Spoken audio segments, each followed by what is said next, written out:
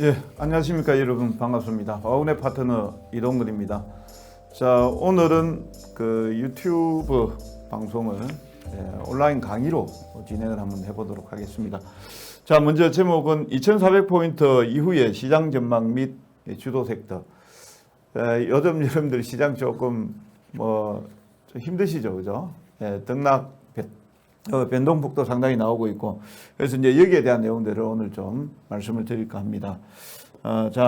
먼저 오늘 강의 목차는 미국 시장 급락 배경 및 전망은, 그 다음에 이제 다음 주 국내 증시, 상당히 이제 이슈들이 좀 많습니다. 그래서 국내 증시 전망, 수급 동향, 선물 옵션 만기 전망, 그 다음에 여기에 따른 이제 지수 전망, 이렇게 해서 한번 보고요.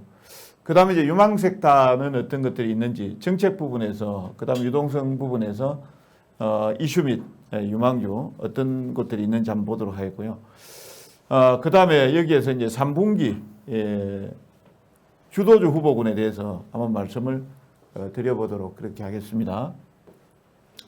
자, 미국 시장 급락 배경은 여러분들이 잘 아시다시피 제가 여러 가지 내용들을 쭉 적어놨습니다만, 실질적으로 미국 시장이 왜 급락했는가? 많이 올라서 그렇습니다. 상당히 지금 변동성이 크게 나오고 있죠. 일각에서는 한 20% 정도 조정이 나올 수 있다. 아니다, 더 올라간다. 이런 내용들이 나오고 있는데, 여기에서 이제 우리가 중요한 신호가 하나 있습니다. 이 내부자들, 여러분들이 이제 보시면은 우리가 이제 내부자라고 얘기하면은 대표이사라든지, 그 다음에 기업의 임원들, 그 다음에 특수관계인들, 이런 쪽으로 보시면 되겠는데, 미국의 대기업들 내부자들이 8월에 67억 불을 매도를 했다. 이게 매도 규모가 2018년 이후에 최대라고 이렇게 알려지고 있습니다. 그러니까 지금 주가가 상당히 많이 올랐다라고 이 기업의 내부자들, 그러니까 임원, 특수관계인, 대표, 다 포함되겠죠. 이런 분들이 이제 매도를 했다라는 거. 이거는 여러분들보다 먼저 고점이 저점이지 알 수 있는 분들 아니겠습니까? 그 다음에 이제 테슬라가 사실상 이제 시장을 끌고 갔다. 제가 이제 방송을 하면서 가장 걱정했던 부분들이 어떤 내용들이냐. 시장이 고르게 올라간 게 아니고 미국 쪽에서도 테슬라나 애플 중심으로 해서 올라갔거든요. 그러다 보니까 이 테슬라 쪽에서 약간 비걱거리면은 미국 시장이 꺾인단 말이에요. 현재 이제 유상증자에 대한 내용이 나왔습니다. 50억 불 정도. 우리 돈 한 5조 넘게 정자에 대한 부분들이 나왔습니다. 여기 이제 또 이런 부담이 있는데, 영국 자산운용사 베일리 기포트 쪽에서 테슬라 지분을 일부 처분했다. 그러니까 일론 머스크 다음으로 가장 지분을 많이 가지고 있는 쪽이 베일리 기포트 영국 자산운용사 쪽이었거든요. 여기가 이제 5% 미만으로 해서 비중을 줄였습니다. 따라서 이제 이런 내용들이 전체적으로 단기 상승에 따른 차익 실현. 그러니까 쉽게 말해서 많이 올랐다라는 거는 다 알고 있거든요. 그런데 누가 먼저 파냐라고 이렇게 봤던 거죠. 그러면서 그냥 그대로 차익들이 한꺼번에 나오면서 기계적인 매도가 좀 세게 나왔다. 이렇게 이제 보시면 될 것 같고요. 테슬라 이게 월간 차트가 되겠습니다. 물론 이제 이거는 목요일 날 기준이고요. 금요일 같은 경우는 한 2% 정도 테슬라가 약간 이제 빠졌다가 기술적 반등을 시도를 했습니다. 지금 이제 여기에서 보시면 주식 분할 전에 241불에서 출발을 해서 약 2319불까지 약 10배 정도 상승을 했습니다. 이게 이제 불과 1년 전의 일이었습니다. 이쪽에서부터 해서 이게 이제 월봉이 되겠습니다. 월봉이 되겠는데 이렇게 이제 급등이 나왔습니다. 지금 사실 이제 여러분들이 아시다시피 우리나라에서는 이제 액면 분할이라고 얘기하고 미국은 이제 주식 분할이라고 얘기하는데, 대표적인 기업들 애플하고 테슬라가 이제 주식 분할을 했습니다. 이 주식 분할을 발표하면서 8월 달에 상당히 급등을 했었고요. 이제 9월 달부터 이제 조정이 나왔는데 약 38% 피보나치 되돌림으로 봤을 때 약 300불 선 정도까지 조정이 나올 가능성이 있다. 그러니까 목요일 기준에서 407불 정도 됐는데 약 26% 정도의 완급 조절이 나올 수 있다. 이렇게 보는 거죠. 그러니까 지금 가파르게 오른 게 8월 달, 7월 달, 6월 달, 5월 달, 4월 달 작년도에 급하게 올랐다가 조정이 나왔죠. 그러고 나서 이제 급등이 나온 겁니다. 한 5개월 연속 급등이 나왔다가 지금 9월달 들어서 이제 조정이 제법 심하게 나오고 있는데 제가 볼 때는 한 300불선 정도 요 정도가 되겠죠. 요 정도 조정이 나오면은 다시 기술적 반등을 시도하지 않을까 이렇게 보고 있습니다. 그래서 시장을 보면서 이제 테슬라의 단기 가파른 상승 이런 부분들도 이제 시장이 좀 부담을 주고 있다라는 거 이런 부분들을 이제 좀 주목해서 보시고 그 다음에 이제 애플의 월간 차트인데 역시 마찬가지 물론 이제 애플이 아이폰 12를 그 출시 계획을 발표를 하면서 7천에서 8천만 대 정도 발표하겠다. 이 내용 때문에 이제 국내 기업들 쪽에서 LG노텍이라든지 이런 기업들이 한 이틀에 한 10% 정도씩 급등이 나오기도 했었습니다. 물론 이제 아이폰 12를 기다리는 분들 입장에서는 저거 나오면 주가가 더 올라갈 거다라고 생각도 할 수 있겠습니다만 이 역시 마찬가지 애플 같은 경우도 지금 이게 이제 월봉이 되겠습니다. 2019년도부터 해서 4개월 정도 올랐고 5개월 오르고 나서 조정이 나왔습니다. 여기에서도 초창기 이제 한 파동, 두 파동, 세 파동 나올 때 조정이 나왔고 한 파동 나오고 조정 나왔고 두 파동 나오고 조정 한 2개월 정도 조정 나왔고 이번에 또 역시 마찬가지 마지막 3파동에서 지금 9월 달에 약간씩 밀리는 국면 조정이 지금 나오고 있는데 제가 봤을 때는 그렇습니다. 애플이 3파동이 형성이 되었고 110불선 정도까지 기간 조정으로 본다라면 약 8.3% 정도의 추가 조정 과정이 있을 수 있다라는 점, 요거는 알 수가 있겠습니다. 따라서 이제 이런 부분들을 보면서 미국 시장에 대해서 조금 분석을 해 들어가는 게 맞지 않을까 싶습니다. 어저께 정말로 미국 시장 이게 이제 흐름이 되겠는데요. 일간 흐름이 되겠습니다. 나스닥도 장 초반에 한 마이너스 한 5% 정도까지 빠졌다가 낙폭을 줄였고요. 다우지수 같은 경우에도 마찬가지 빠졌다 장중 플러스 오긴 했습니다만 마이너스 0.56 정도로 마감이 됐습니다. 그러니까 이제 이 정도로 일간 변동폭이 크다라고 하는 거는 일단 단기적으로 급등에 따른 어떤 차익 욕구라든지 이런 부분들이 이제 분명히 있다라고 이렇게 봐야 되겠죠. 자, 그러면 이제 이런 관점에서 봤을 때 우리가 매매를 함에 있어서 여러분들이 이제 주목하셔야 될 부분들이 있습니다. 지금 이제 저는 다우지수를 가지고 이제 미국 시장을 주로 분석하는 편인데요. 28,000포인트 안착력이 중요하다. 어저께 여러분들이 보시면은 다우지수 같은 경우에 일간 변동폭이 흔들리면서 약간 깨기도 깼다가 다시 이제 28,000포인트에 갖다 놨는데 이거는 이제 제가 방송 하루 전에 작성했던 원고 내용이 되겠습니다. 지금 그 내용 그대로 지금 이제 보시면 될 것 같은데요. 여기에서 만약에 28,000포인트를 깨고 내려가게 된다라면은 결국은 앞에 말씀드린 테슬라나 애플이나 이런 종목군들의 흔들림이 재차 진행이 된다 이렇게 봐야 되겠죠. 그 흐름들이 재차 진행이 된다라고 하면은 다우지수나 나스닥의 흐름들이 약간 조정이 조금 더 나올 수 있다라는 점, 이 부분을 염두에 항상 두시고 보시는 게 좋을 것 같습니다. 다만 이제 여기에서 28,000포인트를 지금 이 주추세대 라인에서 나오는 흐름이기 때문에 깨지만 않는다라고 하면은 상승 흐름은 유지를 할 것이다. 이렇게 이제 봅니다만 요걸 깬다라고 하면은 지금 에너지가 많이 약해져 있어요. 여기에서부터 나왔을 때 하고 지금하고 다릅니다. 지금 이쪽에 초반권에 코로나 터지고 나서 코로나 저점에서부터 올라왔을 때는 상당히 이제 에너지가 셌다가 최근에 들어서는 에너지가 상당히 이제 약해지고 있거든요. 상승 에너지가 약해지고 있으니까 여기에서 만약에 앞서 말씀드린 저는 이제 28,000포인트를 지켜줄 거다라고 보고 있는데 테슬라나 애플이 추가적으로 흔들리게 된다라고 하면은 약간 조정이 나올 수 있으니까 거기에 대한 대비도 분명히 조금 있는 게 좋을 것 같다라는 점을 말씀을 드리겠습니다. 자, 그러면 이제 우리 시장 한번 훑어서 보도록 하겠습니다. 다음 주 이제 국내 정치 같은 경우에는 사실 이제 이 수급 동향이 저도 깜짝 놀랐습니다. 이게 오늘 이제 방송 준비를 하면서 수급 동향을 사실 그렇게 크게 중요하게 중요합니다만 그렇게 매일매일 확인은 안 했어요. 한 이틀에 한 번 정도 확인은 했는데 수급의 변화가 상당히 크게 나왔습니다. 앞으로 이제 이 부분을 여러분들이 이제 좀 체크를 해 나가야 되겠습니다. 옛말에 이런 내용이 있죠. 집 나간 며느리가 언제 돌아오나? 전어철 되면은 돌아온다고 이런 얘기들을 많이 하죠. 그러니까 어떤 그 메리트가 있으면은 나 같은 돈들이 들어오는데요. 메리트가 없으면 나 같은 돈들이 들어오질 않습니다. 이 얘기가 뭔 얘기냐면은 카카오 게임즈 상장을 앞두고 돈들이 11조가 빠져나가 버렸어요. 그러니까 이게 다시 예탁금으로 들어오는지 이거 분명히 체크를 하셔야 될 것 같아요. 지금 여러분들이 보시면은 MSCI 분기 8월 31일 날 끝나면서 외국인하고 기관 투자자는 계속해서 매도 물량들을 내고 있습니다.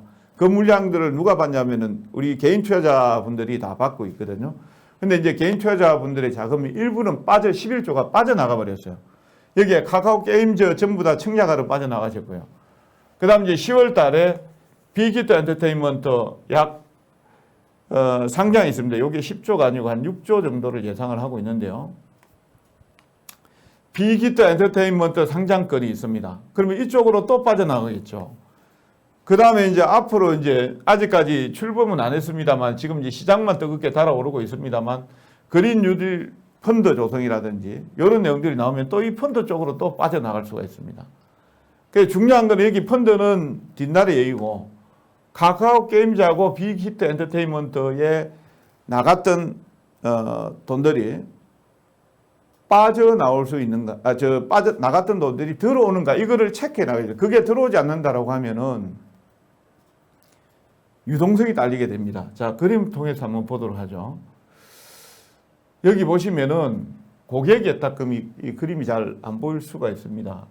여기 보시면 8월 31일 날 하고 9월 1일 날 보면은 60.5조, 59.5조예요. 5조 돼 있다가 9월 2일 날 되니까 48조로 해서 이틀에 걸쳐서 보시면은 11조, 11조, 약 12조 정도 빠져나가 버렸습니다. 여기서 푹 떨어졌죠, 이게. 고객 예탁금이 계속해서 들어오고 있다가 갑자기 푹 떨어졌습니다. 약 12조. 12조가 이탈이 됐습니다. 그러니까 이 돈이 들어오는지 보셔야 돼요. 절반이 들어오는지 다 들어오는지. 이제 청약이 끝났으니까 그 돈이 다시 이제 환급을 받으면 요게 이제 고스란히 정시로 들어와야 되는데 안 들어오고 대기하고 있다가 나는 또 빅히트 엔터테인먼트 또 관리하면서 여기서 또 시장이 안 좋으면 여기서 또 빠져나가 버립니다. 그동안 이제 우리가 개인 투자자들 힘으로 인해서 시장 올라갈 거야. 고객 예탁금이 50조고 60조고 향후 100조까지 갈 수 있다. 이런 얘기들도 나오고 있잖아요. 펀드 쪽에서 자금 나오고 채권 쪽에 들어갔던 자금 나오고. 그런데도 불구하고 지금 그 카카오 게임즈 상장으로 인해서 12조가 빠져나오고 만약에 또 빠져나가서 안 들어온다라고 하면 수급에 대한 내용들, 이런 내용들 여러분들 앞으로 계속 체크해 나가시기 바라고요. 여기서 하나 중요한 게 있는데 신용융자는 그대로 줄지 않고 그대로 계속 지금 16.5조예요. 신용융자가. 그러니까 원래 코로나 발발하기 전에 신용융자 몇 조였냐면 한 10조대 정도 많이 올라가봤자 한 12조 정도 됐었거든요. 코로나 터지면서 6조 원대까지 떨어졌다가 지금 신용이 다시 6조 원대부터 붙어가지고 16.5조, 약 16.5조까지 올라왔습니다. 뭐 시장에 돈 많은데요 라고 하실 수는 있는데 그래도 제가 받을 때는 이 신용융자 자금이 지금 이제 고객 예탁금 빠져나온 거 안 들어온 상태에서 16.5조 되잖아요. 그러면 고객 예탁금의 한 37.5% 정도 수준을 넘어섰다라고 하면은 버블이 나오게 됩니다. 그래서 이제 이런 것들을 꼭꼭 체크를 해서 여러분들이 나가시기 바랍니다. 그러니까 이제 전반적으로 미국 시장의 흐름을 이렇게 봤을 때 제가 막 푹 치고 위쪽으로 간다라고 말씀을 드리지는 않았죠. 약간 이제 애플이나 테슬라의 어떤 흐름, 기간 조정, 가격 조정 과정을 더 보시라고 했잖아요. 그래서 국내 증시에도 빠져나간 고객 예탁금이 들어오는지 보시라고 했죠. 이제 이 부분을 이제 체크를 하시면서 저나 여러분들이 가셔야 됩니다. 그 다음에 이제 다음 주에 선물 옵션 만기가 있습니다. 예, 선물 옵션 만기가 있는데 지금 현재 포지션 자체를 보시면 여기 이제 외국인들하고 그 다음에 기관하고 개인하고 이렇게 있습니다. 보시면은 빨갛고 파랗게 이렇게 되어 있죠. 외국인들 같은 경우는 상승 쪽으로 보고 있습니다. 그러니까 외국인들 평균적으로 보면 2358.28 약 2360포인트 위쪽으로 보고 있습니다. 다행이죠. 그나마 다행입니다.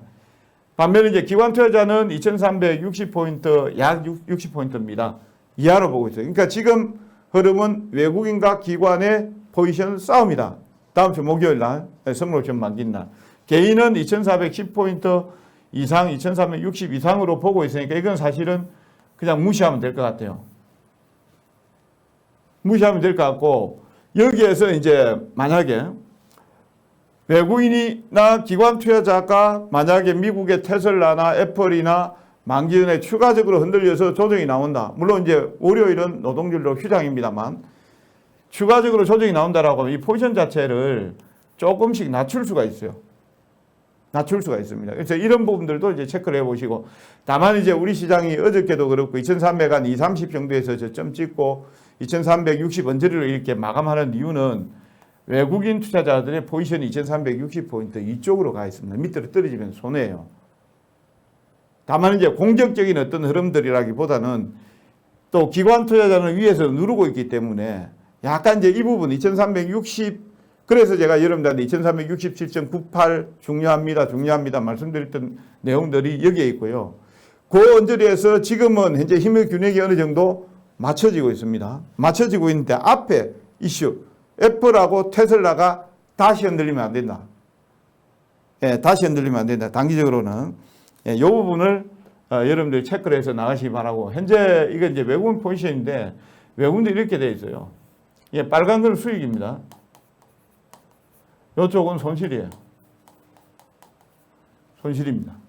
그러니까 아까 이제 2360포인트 이상으로 가야 수익이 나는데 밑으로 떨어지면은 손해가 나니까 현재까지는 지나치게 걱정할 필요 없는데 만약 미국장이 크게 흔들리면 외국인들도 포지션을 약간 낮출 수가 있다는 점. 예, 이 부분을 여러분들이 유념하셔서 보시면 되겠고요. 그러면은 이제 국내 정치에 대해서 어떻게 봐야 될 것인가. 제가 여기에서 주가가 빠졌을 때 이런 얘기를 했습니다. 2367.98까지는 바르게 올라가고 2367.98에서 조금 더 올라가면 2400인데 2400까지 가는 거는 코로나 확진자 수가 진정이 될 때 올라간다. 그러니까 지난번에 400대 찍고 200대 찍고 100대까지 떨어졌잖아요. 그러면서 2400포인트까지 목요일 날 갔던 거예요. 2406포인트까지 갔으니까. 예, 목요일 날 갔다가 이제 미국 때문에 이제 빠졌는데 현재는 요 가두리 속에 갇혀 있다. 그러니까 이제 다음 주도 2360을 중심으로 해서 아래의 한 20포인트 정도씩 변동폭 속에서 외국인과 기관 투자자는 미국의 눈치를 보면서 포지션을 설정해서 갈 가능성이 높다. 이렇게 보고 있고요. 그러니까 이제 여러분들이 포지션을 어떻게 짜는가를 이제 여기에 시황을 보면서 답이 나온 거예요. 답이 나옵니다. 만약에 2400포인트를 돌파해서 공격적으로 이쪽으로 가겠다라고 하면은 아주 강세 포지션을 잡아야 될 것입니다. 근데 그렇지 않는다라고 하면은 지금처럼 제가 이제 2360에서 박스를 한 20포인트 정도에서 놓여 있다고 말씀드렸잖아요. 그러면 포지션 중립을 짜면서 가셔야 됩니다. 그러니까 현물 투자자 입장에서 보면은 적정하게 현금을 유지하면서 좋은 종목들을 중심으로 해서 매매를 하는 전략이 맞다라고 보시면 되겠고 여기에 뭐 말씀드린 것처럼 2360 중심으로 해서 다음 주 초반까지도 계속 싸움이다 라는 점 말씀을 드리겠고요. 자, 유망 섹터 점검이 되겠습니다. 제가 지금 이제 여러분들이 다음 주까지 다음 주를 볼 것인가 안 그러면은 3분기를 볼 것인가 4분기를 3분기 해봤자 이제 뭐 9월달 한 달 남았고요. 그 다음에 이제 10월달, 11월달, 12월달 4분기입니다. 그게 어느 쪽으로 볼 것인가 라는 건데요. 여기 보면은 이제 정책 섹터 같은 경우에는 지금 뉴딜 정책, 뉴딜 펀드 조성 이런 내용들이 나오고 있죠. 9월 3일 날 청와대에서 약 40개 정도 되는 금융기관 수장들을 과 함께 대통령께서 이제 정책 회의를 하셨습니다. 거기에서 이제 지금 한국판 뉴딜 정책 뭐 딱 세 가지로 압축해서 하면은 휴먼 뉴딜, 그다음에 디지털 뉴딜, 그린 뉴딜 이런 쪽이 되겠습니다. 이 한국판 뉴딜 정책에 대해서 후속 지원 대책으로 해서 뉴딜 펀드를 조성해서 어떻게 성과를 공유하자라는 이런 내용들을 이제 발표를 했죠. 물론 이제 그걸 두고 지금 투자자의 손실 부분은 어느 정도 보완을 해줄 것인가. 원래 이제 자본시장 통합법에는 투자자의 손실을 보전해 주는 것은 없습니다. 그건 불법입니다. 그렇지만 이제 정부 쪽에서는 이 정책적인 어떤 효과를 더 크게 내기 위해서 거의 원금 보장에 준하는 정책을 내놨습니다. 물론 이제 35%까지 보장할 것이다. 안 되다 10%까지 보장할 것이다. 라는 내용들은 아직까지 조금 정리가 좀 덜 된 것 같습니다. 최초에 발표했을 때는 35%까지.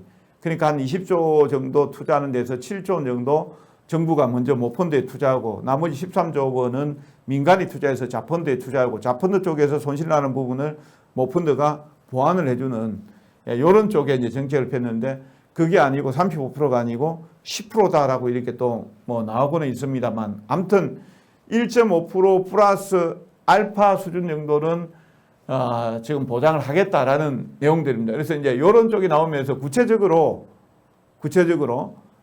지수 개발을 하든지 이런 내용들을 발표했어요. 그래서 이제 관련주들에 대해서 우리가 좀 살펴볼 필요가 있고요.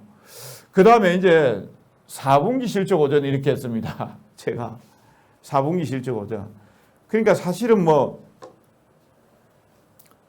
3분기 주를 봐야 되잖아요. 3분기는 코로나 때문에 그렇게 실적이 좋지를 못합니다. 오히려 이제 4분기 실적 오전주나 이런 쪽에 포커스를 맞춰 조금 더 멀리 보고 가시는 게 좋을 것 같아요. 요거는 조금 이제 단기로 좀 보고요. 요거는 좀 멀리 보고 가시는 게 좋겠다라는 점 말씀드리고, 그 다음에 이제 이슈 및 유동성 섹터, 이게 조금 요렇게 됐네요. 여기 나와 있습니다. 이슈 및 유동성 섹터, 여기에 이제 중국하고 화학주들하고 이렇게 이제 같이 해서 보시면 되겠는데, 이 부분에 대해서 조금 설명을 한번 드리도록 하겠습니다. 조금 이게 그림이 나갈란가 모르겠는데요. 지금 정부가 구체적으로 K-뉴딜 지수해서 편성을 했어요. 그러니까 우리가 이제 코스피 200, 그 다음에 코스닥 150 이렇게 이제 지수는 대표적인 지수죠. 그 지수를 보면서 사실상 이제 우리 그 선물 지수들이 움직이고 그렇거든요. 그게 이제 기초자산이에요. 그러니까 이게 기초자산, K-뉴딜 지수를 개발하면서 이게 이제 기초자산이 되는 거예요. 기초자산이 되면서 여기에 이 지수를 보고 벤치마킹을 하면서 펀드들이 이 자금을 이쪽에 넣는 거예요. 그러니까 우리가 이제 8월 30일 날, 1일 날 MSCI 분기 리뷰가 있었죠. 그 MSCI 포트폴리오를 조정하는 게 분기 리뷰라고, 리밸런싱이라고 보시면 되겠는데, 마찬가지 K-뉴딜 K-뉴딜 지수를 이제 발표를 했습니다. 그게 들어가는 종목들 보면 KRS BBIG에서, BBIG는 뭐냐면 배터리, 바이오, 인터넷, 게임 이렇게 해서 여기에 12개가 나와 있어요. 배터리 쪽에서 LG화학, 삼성에서리아, SK이노베이션, 바이오 쪽에 삼성바이오로직스, 셀트리온, SK바이오팜, 그 다음에 인터넷 쪽에 네이버, 카카오, 더존 비존, 게임 쪽에 NC소프트, 넷마블, 펄어비스, 이걸 갖다가 어떤 쪽으로 들어가자면은 12개니까 12분의 1씩 정확하게 비중으로 해서 들어간다. 지수 된다. 이렇게 보시면 돼요. 그러니까 여기에서 LG화학이 3% 오르고 삼성SDI가 예를 들어서 마이너스 3% 빠지면 제로예요. 이런 식으로 이제 계산하기 12분의 1씩에서 정확하게 비중을 해서, 그러니까 완전히 산술평균이죠. 가중지수가 되는 게 아니고 산술평균에서 계산하는 것이고요. 그 다음에 이걸 다시 이제 세분화해서 KRX 2차전지 지수, K-뉴딜 지수, 2차전지 지수하고 바이오 지수하고 10개씩 했습니다. 인터넷, 게임, 하나, 둘, 셋, 넷, 다섯, 여섯, 일곱, 여덟, 아홉, 열, 딱딱 10개씩. 그러니까 그 구성 종목이 뭐냐면 LG화학, 삼성SI, SK이노베이션, 아까 이제 그 배터리 쪽에 핵심 종목들 들어갔죠. 포스코 케미칼, 에코프로 비엠, 일진 머티리얼, 두산 솔루스, 그 다음에 후성 첨보 이렇게 들어갔습니다. 그러니까 이 관련한 종목군들이 어저께 상당히 이제 급등세가 나오는 종목들이 있었습니다. 그 다음 이제 바이오 쪽에는 셀트리온, SK 바이오 포함되고 셀트리온 헬스케어, 유한양이, 시젠, 알테오젠 뭐 이런 종목군들이 있고요. 그 다음에 인터넷 같은 경우에는 이제 카카오하고 뭐 더존 비존부터 해서 아프리카 TV부터 해서 유비커스 홀딩스 같은 경우는 한 14% 정도 올라왔었고요. 그 다음에 펄어비스, 뭐 컴투스, 게임지수. 그러니까 이제 이런 쪽의 종목군들은 앞으로 이제 펀드 조성이 되잖아요. 물론 이제 그 펀드 조성이 2021년도부터입니다만, 그렇게 되면 이런 쪽에는 이제 매수세들이 들어갈 수가 있습니다. 물론 이제 어저께 보면은 여러분들이 보시면은 한국판 뉴딜 정책 쪽에서 가장 탄력을 받는 쪽은 아무래도 이제 그린 뉴딜 정책이잖아요. 거기에서 이제 풍력이라든지 태양광이라든지 이런 쪽이죠. 특히 이제 해상 풍력. 물론 이제 어저께 유니선이라든지 CS 베어링, CS 윈드, 동국 에센시 이런 종목 상강 MNT 뭐 이런 종목군들이 상당히 많이 올라왔는데 그런 것들은 지금 여기 없어요. 하나도. 하나도 없습니다만 이제 이런 쪽에 지수로 해서 이런 쪽이 올라가고 그 다음에 이제 그런 쪽은 또 이제 정책자금 지원이라든지 이런 쪽이 이제 들어갈 수 있으니까 관련한 섹터들 같은 경우는 우리가 조금 주목을 해 볼 필요가 있다. 그래서 이제 이런 것들은 지금 이제 많이 오른 것도 있어요. 특히 이제 어저께 여기에 지수에는 포함이 안 됐습니다만 해상 풍력 관련한 종목군들 같은 경우는 상당히 이제 슈팅이 좀 나온 부분들이 있거든요. 그런 것들은 조금 단기로 좀 올랐던 부분들이 있으니까 좀 신중하게 좀 접근하시는 게 좋을 것 같고 반면 이제 여러분들은 이제 이렇게 요 포트폴리오를 관심 종목을 구성을 해서 여러분들이 보시는 게 앞으로 정부가 이런 쪽으로 밀고 간다. 밀고 간다라고 생각을 하시고 보실 필요가 있다는 점 말씀드리고요. 그 다음에 이제 반도체 DXI 지수를 말씀을 드리겠습니다. DXI는 뭐냐면 DRAM 익스체인지 지수입니다. DRAM 익스체인지 지수인데 여러분들 아시다시피 대만의 해물 가격을 알려주는 사이트가 DRAM 익스체인지예요. 이 DRAM 익스체인지 지수가 DRAM 현물 가격이 푹 떨어졌다가 7월달, 8월달부터 해서 이제 저점을 찍고 반등을 하기 시작을 합니다. 그러니까 DRAM 현물 가격이 하락을 하면은 이제 고정거래 가격이 하락을 하고 그렇게 되면 이제 삼성전자나 하이닉스의 그 실적이라든지 이런 내용들이 좀 안 좋아질 수가 있겠죠. 그것 때문에 주가가 빠지고 힘이 없고 탄성이 없었습니다만 요게 어느 정도 이제 저점을 맞았다라고 보시면 되겠고요. 특히 이제 그 중에서 이제 그래픽 D랩이라는 이런 쪽은 상당히 지금 수요가 그러니까 공급이 좀 딸리는 수준이다라는 말도 들리고 있습니다. 왜 그러냐면은 코로나 환경이 지속이 되면서 오히려 이제 원격 교육이라든지 이런 내용들이 늘어나죠. 그러다 보니까 그래픽 카드라든지 이런 쪽, 엔비디아 여러분들 잘 아실 겁니다만 이런 쪽은 수요가 상당히 늘어났다라고 보시면 됩니다. 그래서 이제 D램 익스체인지 DXI 지수가 반등을 잡았고 그 다음에 그래픽 D램이 상승할 가능성이 있다라는 점, 이런 부분들을 이제 긍정적으로 여러분들이 이제 볼 수가 있겠습니다. 그래서 반도체 관련한 섹터들도 4분기에는 실적이 좋아질 것이다. 이렇게 어떻게 보면 3분기가 저점일 수가 있어요. 그런 부분들을 이제 보시면 되겠고요. 그 다음에 이제 중국 양제처 방안, 지난번에 나온 내용들입니다만 시진핑이 올까 말까? 아마 제가 판단컨대 올해 온다라고 하면은 11월 달쯤 되지 않을까요? 11월 달. 아마 10월 달은 아닐 것 같아요. 10월 달은 지금 현재 미국 대선 한참 열을 올리고 있는 시점이기 때문에 아마 트럼프의 신기를 건드리지는 않을 것 같고요. 아마 11월 달 정도 되면은 방한을 하지 않을까 이렇게 생각을 하고 있습니다. 그래서 여기에 이제 관련한 종목군들 같은 경우에 조금 보실 필요가 있다라고 말씀을 드리겠고요.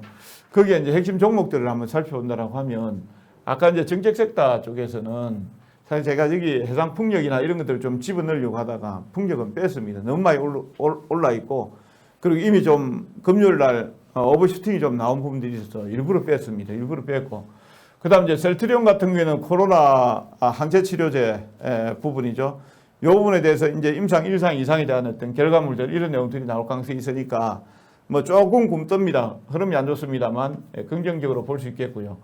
LG화학 같은 경우는 지금 SK이노베이션하고 소송이 진행 중에 있습니다만 아마 미국 ITC 쪽에서는 이제 SK이노베이션이 진 상태고 국내 쪽에서도 역시 마찬가지 그런 관점에서 본다라고 하면은 뭐 배터리 쪽에서는 LG화학 쪽의 흐름들이 좋지 않을까 이렇게 보고 있고요. 그 다음에 이제 여기에서 아프리카 TV 이런 쪽은 여러분들이 뭐 잘 아시다시피 비대면 지금 언택트 국면이죠. 지금 사실은 그러다 보니까 이런 쪽에 1인 방송이라든지 이런 쪽의 수요는 상당히 좀 많이 늘어나겠다. 물론 이제 요즘 뭐 유튜브가 대세로 이렇게 바뀌고 있지만 그래도 아프리카 TV에 대한 어떤 수요 이런 내용들이 있다라고 보시면 되겠고요. 아까 이제 4분기 실적 고전 섹터라고 해서 제가 삼성전자 뭐 누구나 다 아는 종목이죠. 삼성전자 같은 경우는 3분기에 한 10조 원대 정도 영업이익이고 아마 4분기 내년도는 실적이 아마 폭발적으로 좀 올라갈 가능성이 높아 보입니다. 그래서 삼성전자하고 넷패스 같은 경우에는 반도체 범핑 쪽의 선두주자라고 보시면 되겠는데요. 범핑이 뭐냐면은 패키징 과정에서 크기를 축소하고 거기에 전기적인 특성을 가해주는 공정이 되겠습니다. 여기에서 1위라고 보시면 돼요. 1위라고 보시면 되는데 넷패스는 올해 실적 안 좋습니다. 내년도 엄청 좋아요. 한 700억대 정도 될 것 같습니다. 비메모리 반도체 쪽에서. 그래서 요거는 이제 그런 관점에서 보시면 되겠고요. 이슈 및 유동성 섹터 쪽에서는 지금 호텔 신라 아까 말씀드렸다시피 호텔채 더 빠질 자리도 없어 보입니다. 빠질 자리도 없어 보이고 지금 인천공항 쪽에서 면세점에 대한 부분도 지금 거의 안 되잖아요. 예, 그런 부분에 이제 그 입주하고 있는 회사들에 대한 임대료라든지 이런 부분에 대해서 이제 호텔 신라나 이런 쪽에 유리하게 좀 돌아가고 있습니다. 그런 부분들 시진핑 방안에 대한 어떤 기대감들. 유동성 쪽에서는 대한유화 쪽으로 제가 한번 찍어봤는데 이건 좀 길게 연말 내지는 다음 연도까지 유동성 때문에 충분히 보셔도 되지 않을까 이런 생각하고 있고요. 뭐 차트는 제가 몇 개 뽑아봤습니다만 셀트리온 같은 경우는 추세가 약간 꺾어져 있습니다만 조금 뭐라고 했더니 좀 길게 보시면 될 것 같고요. 아프리카 TV는 어저께 양봉이 하나 나왔습니다. 그러니까 조금 이제 긍정적으로 전환될 가능성이 있고 삼성전자 같은 경우도 지금 그 200일 이동 평균선 언저리에서 저점을 잡아주고 있고 호텔신라 같은 경우도 여기에서 크게 보면은 약 쌍바닥의 모습을 약간 증가되면서 그려주고 있는 그런 모습들이고 대한유화도 계속해서 지금 이동평균선이 좀 밀집이 되고 있는 그런 쪽으로 보시면 되겠습니다. 자, 정리해서 말씀을 드린다라고 하면 시장은 지금 완전히 위쪽으로 올라가는 건 아닙니다. 2400포인트를 안착을 하고 미국이 진정이 돼야 올라갑니다. 그래서 국내 코로나 상황이 진정이 돼야 올라갑니다. 그 이전까지는 2360에서 약 플러스 마이너스 20포인트 정도씩 해서 완급 조절하면서 눈치 보는 장세. 그러니까 지수보다는 업종이나 내지는 또 종목 장세가 전개된다. 뭐 앞에 있는 제가 지금 앞에 소개드린 종목군들 같은 경우에는 조금 길게 보시는 종목이에요. 아프리카 TV 빼고는 거의 다 길게 보시는 종목이니까 그 점 유념하셔서 보시면 되겠습니다. 자, 일단 강의는 요 정도로 해서 마치도록 하겠고요. 일요일 밤 10시 30분에 한국경제TV에서 온라인 무료 특강이 또 진행되니까 10시 30분에 뵙도록 하겠습니다. 감사합니다.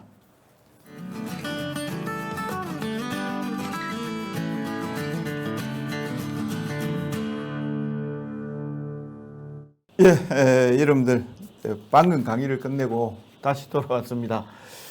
자, 지금 이제 뭐 또 못 보신 분들은 또 10시 30분에 재방이 된다 그러니까 시장에 대한 내용들을 일요일 날 보시고 일요일 또 뭐 방송에서 못한 이야기를 해서 한국경제TV에서 무료 특강을 진행을 하니까 같이 보시면 좋겠습니다. 그리고 이제 오늘은 자, 이거를 좀 소개를 좀 드릴까 합니다. 제가 어저께 이제 종가매매 끝판왕에서 교육 런칭을 진행을 했습니다. 그래서 뭐 여기에 보시면은 뭐 여러 가지 내용들이 있습니다. 뭐 수익률이 있고 뭐 그러는데요. 예. 이거를 좀 커리큘럼에 대해서 좀 소개를 좀 쉽게 드리도록 하겠습니다. 종감의 필요성 및 설정법 해서 이렇게 이제 강의 끝판왕 상기 실선에 들어가는 내용이 되겠습니다. 그러니까 군더더기는 싹 빼버렸습니다. 그냥 뭐 차트 분석이고 뭐고 뭐 이런 내용들 같은 경우 여러분들이 아마 서적 보시면은 잘 나와 있을 것 같고요. 제가 이걸 왜 자꾸 그 현물 주식을 매매하면서 종가매매 이렇게 하냐면은요. 사실 일반 투자자분들 입장에서 보면은 9시부터 3시 반까지 시장에 노출이 돼 있죠. 노출이 돼 있다 보니까 변동성이 상당히 큽니다. 근데 이제 종가매매 같은 경우에는 그 시장에 노출되는 시간이 좀 작아요. 보통 매수가 빠르면 1시, 늦으면 2시 반부터 해서 종가까지 분할 매수 들어가고, 그 다음에 9시에서 10시 사이에 치고 빠지는 전략이니까, 매도를 치고 나오는 거니까 사실은 시장 분석만 제대로 좀 하고 업황이나 센 종목들만 골라가지고 나면 대부분 이제 수익을 다 내게 됩니다. 그래서 승률이 앞에도 보면 뭐 한 92%, 90% 막 이렇게 나오고 있거든요. 매매 승률이 되겠습니다. 그래서 이제 저는 이 종가 매매를 사실 주식에서 한 게 가장 오래 했고, 그래서 제가 리딩하는 것도 그렇고 이게 이제 상당히 좋을 것 같아서 계속해서 이걸 좀 강조를 좀 드리고 있습니다. 종가 매매 필요한 거는 아까는 이제 말씀드렸다시피 가장 센 종목. 그러니까 딱 봐고 있다 오후에 가장 센 종목만 골라서 들어가기 때문에 시장의 어떤 흐름에서 거의 벗어나질 않습니다. 그런 내용들하고, 그리고 또 치고 빠지고 나오기 때문에 시장의 황금성이라든지 이런 내용들이 상당히 좋아요. 여기에 이제 설정법이라는 거는 어떤 걸 설정하는 거냐, 이제 종가 매매를 하기 위해서 전문가가 설정하고 있는 HTS, 요거 이제 설정을 똑같이 설정을 하는 게 되겠습니다. 그 다음 두 번째는 여기에 이제 검색식 부분이 되겠는데요. 시가 단타는 이것으로 끝, 요렇게 했는데요. 목요일 날 요 검색식으로 해서 떴던 게 이제 신테카 바이오가 떴거든요. 그 신테카 바이오가 목요일 날 뜨고 금요일 날 상한가가 두 번째 투상 정도가 나왔습니다. 그리고 이제 금요일 날은 이제 제가 장중 공개 방송을 했는데 개장하기 전부터 해서 아예 그 검색식을 딱 띄워놓고 했습니다. 이렇게 4개가 딱 떴죠. 4개가 떴는데 한국 큐빅 같은 경우에는 초반에 강세 출발을 해서 장중에 거의 준상한가까지 갔었고요. 동일, RMB 동일하고, 그 다음에 또 개별 종목 하나도 거의 한 1, 2%, 23% 정도까지 상승이 나오는 걸 아마 공개적으로 제가 검증을 시켜드렸어요. 그래서 이제 시가 단타는 요걸로 한다. 여기 보시면은 요겁니다. 이게 이제 신테카 바이오인데, 이게 신테카 바이오가 목요일 날 나왔던 겁니다. 이게 목요일 날 나와서 여기에서 잡았어요. 여기에서 잡아가 쭉 상한가 갔죠. 예, 금요일 날도 더 올라갔었거든요. 예, 요런 쪽에 이제 검색 종목을 잡아내는 검색식이다라고 보시면 되겠고요. 그러니까 아침 시초가에 들어가는 거. 종가 매매에서도 개장 초 급등주 실전 매매 검색식. 그 다음에 이제 또 종가 매매의 또 약점이 뭐냐면 개별 종목들은 잘 되는데 대형주는 또 자금이 조금 되시는 분들은 또 못할 수가 있어요. 이제 그런 부분을 보완하기 위해서 대형주 매매 이 점만 알면 된다. 이제 패턴 분석하고 대형주 검색식 작성하는 방법들. 요걸 커리큘럼에 넣어놨습니다. 그래서 실전 투자 종목 검색을 하는데 완전 초점을 맞췄습니다. 요것도 검색식, 요것도 검색식. 나머지 이제 성장주, 테마주, 힘센 종목 고르는 거. 이거는 무조건 힘센 종목 골라야 됩니다. 여러분들이 보시면은 간혹 가도 보면은 약간 늘어지는 종목도, 물론 이제 중장기 투자를 할 때는 그럴 필요성도 있습니다만, 단기 투자를 할 때는 무조건 센 종목을 골라야 돼요. 그래서 당일 그래서 코스닥에서 적어도 센 종목 20종목 정도를 골라내 가지고 그거를 압축해서 가면은 성률이 대단히 높아집니다. 요런 것들하고, 그 다음에 이제 이게 중장기로 보면 주린 투자자는 직장인용으로 해서 콘크리트 바닥 종목 해서 요 검색식이 하나, 둘, 셋, 4개, 4개가 들어가게 됩니다. 그래서 이제 이런 부분에 대해서 커리큘럼을 제가 짜놔봤고요. 그 다음에 이제 무조건 실전이다 라는 내용은 수익률 대회에서 제가 2015년도 하고 2016년도 하고 한국경제TV 와우스타킹 그 다음에 타사 경쟁사 제가 있던 데가 이사가 되겠습니다. 거기에서 1년 동안 데스매치라는 프로그램의 수익률 대회에서 1년 합산 평균 1등을 했습니다. 두 번 다 1등을 해서 그 우승 기법을 여기에 고스란히 담아놨습니다. 그러니까 이거는 제가 말로 하기는 조금 그래요. 말로 설명드리기는 조금 그렇고 1, 2, 3, 4는 뭐 검색시 이걸 설명해서 실질적으로 이제 회원분들한테 교육을 받으시는 분들한테 그대로 전달을 해 드리는 겁니다. 예, 드리는 거고, 그 다음에 요거는 이제 실전 매매 기법이 되겠습니다. 그리고 이제 여기에 이제 보너스로 1, 2기 교육 자료, 1기, 2기 교육 자료하고, 그 다음에 이제 이 자료하고 검색식하고, 요런 내용들, 이게 파트너 방송의 또 무료 서비스라든지 이런 내용들을 드리게 됩니다. 그래서 아무튼 이 커리큘럼을 그냥 실전에 맞춰서 했습니다. 실전에 맞춰서 했으니까 많은 관심 가져주시기 바라고요. 제가 이어서 그 공개 방송을 지금 이제 10시 30분 정도가 됐는데 한 11시 조금 넘어서 공개 방송을 진행을 하게 됩니다. 거기에서 자세한 내용들을 말씀드릴 테니까 공개 방송에도 11시부터 하겠습니다. 제가 11시 20분으로 해놔놓은 것 같은데 11시부터 공개방송 시작할 테니까요. 공개방송으로 한번 들어와 보시기 바랍니다. 자, 제 내용은 여기에서 마치도록 하겠습니다. 자, 주말 편안하게 보내십시오. 감사합니다.